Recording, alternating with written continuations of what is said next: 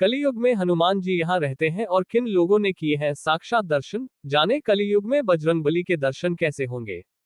कलियुग में हनुमान जी कहाँ रहते हैं। हनुमान जी के भक्त अक्सर जानना चाहते हैं कि उन्हें हनुमान जी के दर्शन कहाँ मिल सकते हैं। कई पौराणिक कहानियों में इस बात का उल्लेख मिलता है कि कलियुग में हनुमान जी सशरीर गंधमादन पर्वत पर निवास करते हैं। यह क्षेत्र वर्तमान में तिब्बत में है। आइए विस्तार से जानते हैं कलियुग में हनुमान जी का निवास स्थान और किन किन लोगों ने किए हैं उनके दर्शन। हनुमान जी प्रभु श्रीराम के परम भक्त हैं। पौराणिक कहानियों के अनुसार हनुमान जी केवल बलशाली ही नहीं बल्कि दयालु भी हैं। हनुमान जी इतने दयालु हैं कि अपने शत्रुओं पर भी दया करके उन्हें संकट से निकाल देते हैं। इसका अर्थ यह है कि हनुमान जी केवल एक देवता ही नहीं बल्कि एक योद्धा भी हैं। ज्ञान, बल, पराक्रम के साथ एक योद्धा में दयाभाव का होना ही उसे महान बनाता है। कई पौराणिक कहानियों में इस बात का उल्लेख भी मिलता है कि हनुमान जी कलयुग के संकटों को पार करने में हर उस मनुष्य की सहायता करते हैं जो भी हनुमान जी का स्मरण पूरी श्रद्धा के साथ करता है। बजरंगबली को चिरंजीवी होने का वरदान प्राप्त है, इसलिए माना जाता है कि हनुमान जी कलियुग में भी सशरीर निवास करते हैं। आइए जानते हैं कलियुग में कहाँ रहते हैं पवन पुत्र हनुमान। कलियुग में हनुमान जी यहाँ रहते हैं और किन लोगों ने किए हैं साक्षात दर्शन, जाने कलियुग में बजरंगबली के दर्शन कैसे होंगे। इस जगह पर ऋषि मुनि और देवता भी करते हैं निवास। रामायण की कथा के अनुसार गंधमादन पर्वत से जुड़ी कई कहानियां मिलती हैं। गंधमादन पर्वत के क्षेत्र को यक्षलोक भी कहा जाता है। ऐसा कहा जाता है कि यहाँ एक अद्भुत सरोवर है जहाँ खिलने वाले कमलों को रोजाना हनुमान अपने आराध्य श्रीराम की पूजा में अर्पित करते हैं। श्रीमद्भागवत में वर्णन मिलता है कि द्वापर युग में भी हनुमान जी गंधमादन पर्वत पर निवास करते थे।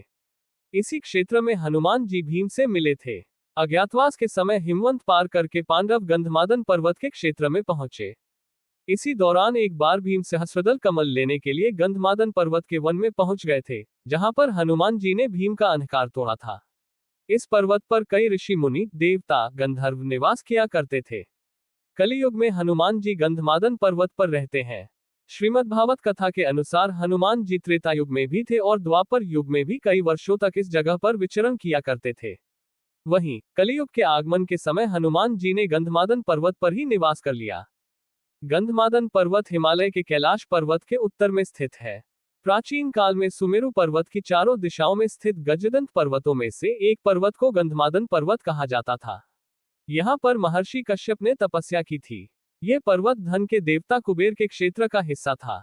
कभी यह जगह सुगंधित, वर्तमान समय में यह क्षेत्र तिब्बत क्षेत्र में स्थित है। गंधमादन पर्वत पर बना हुआ है हनुमान जी का मंदिर। गंधमादन पर्वत से जुड़ी पौराणिक मान्यता है कि रामायण काल में हनुमान जी अपने वानर मित्रों के साथ यहीं पर बैठकर युद्ध की रणनीति बनाया करते थे।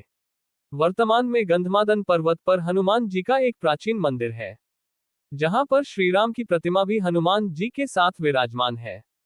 मान्यता है कि हनुमान जी अपने भक्तों को दर्शन देने के लिए इस पर्वत पर रूप बदल कर आते हैं। इस पर्वत पर भगवान राम के पैरों के निशान भी हैं। कलियुग में इन लोगों ने किए हैं हनुमान जी के साक्षात दर्शन। कलियुग में भी कुछ महान लोगों को हनुमान जी के दर्शन पाने का सौभाग्य प्राप्त हुआ है। इनमें गोस्वामी तुलसीदास जी, समर्थ रामदास जी, भक्त माधवदास, नीम करोली बाबा, राघवेंद्र स्वामी सहित कई ऐसे लोग हैं जिन्हें हनुमान जी के साक्षात दर्शन हुए हैं। मान्यता है कि हनुमान जी के दर्शन करने के बाद इन लोगों को अद्भुत ज्ञान और आध्यात्मिकता की प्राप्ति भी हुई। कलियुग में कहाँ कर सकते हैं हनुमान जी के दर्शन।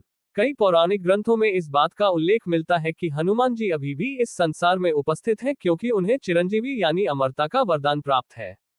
हनुमान जी आज भी उस जगह पर जरूर आते हैं जहां पर रामकथा की जाती है। जहां भी प्रभु श्रीराम की स्तुति की जाती है, वहां हनुमान जी किसी न किसी रूप में अपने भक्तों को दर्शन देने पहुंच जाते हैं। हनुमान जी की कृपा पाने के लिए प्रभु श्रीराम का स्मरण जरूर करना चाहिए।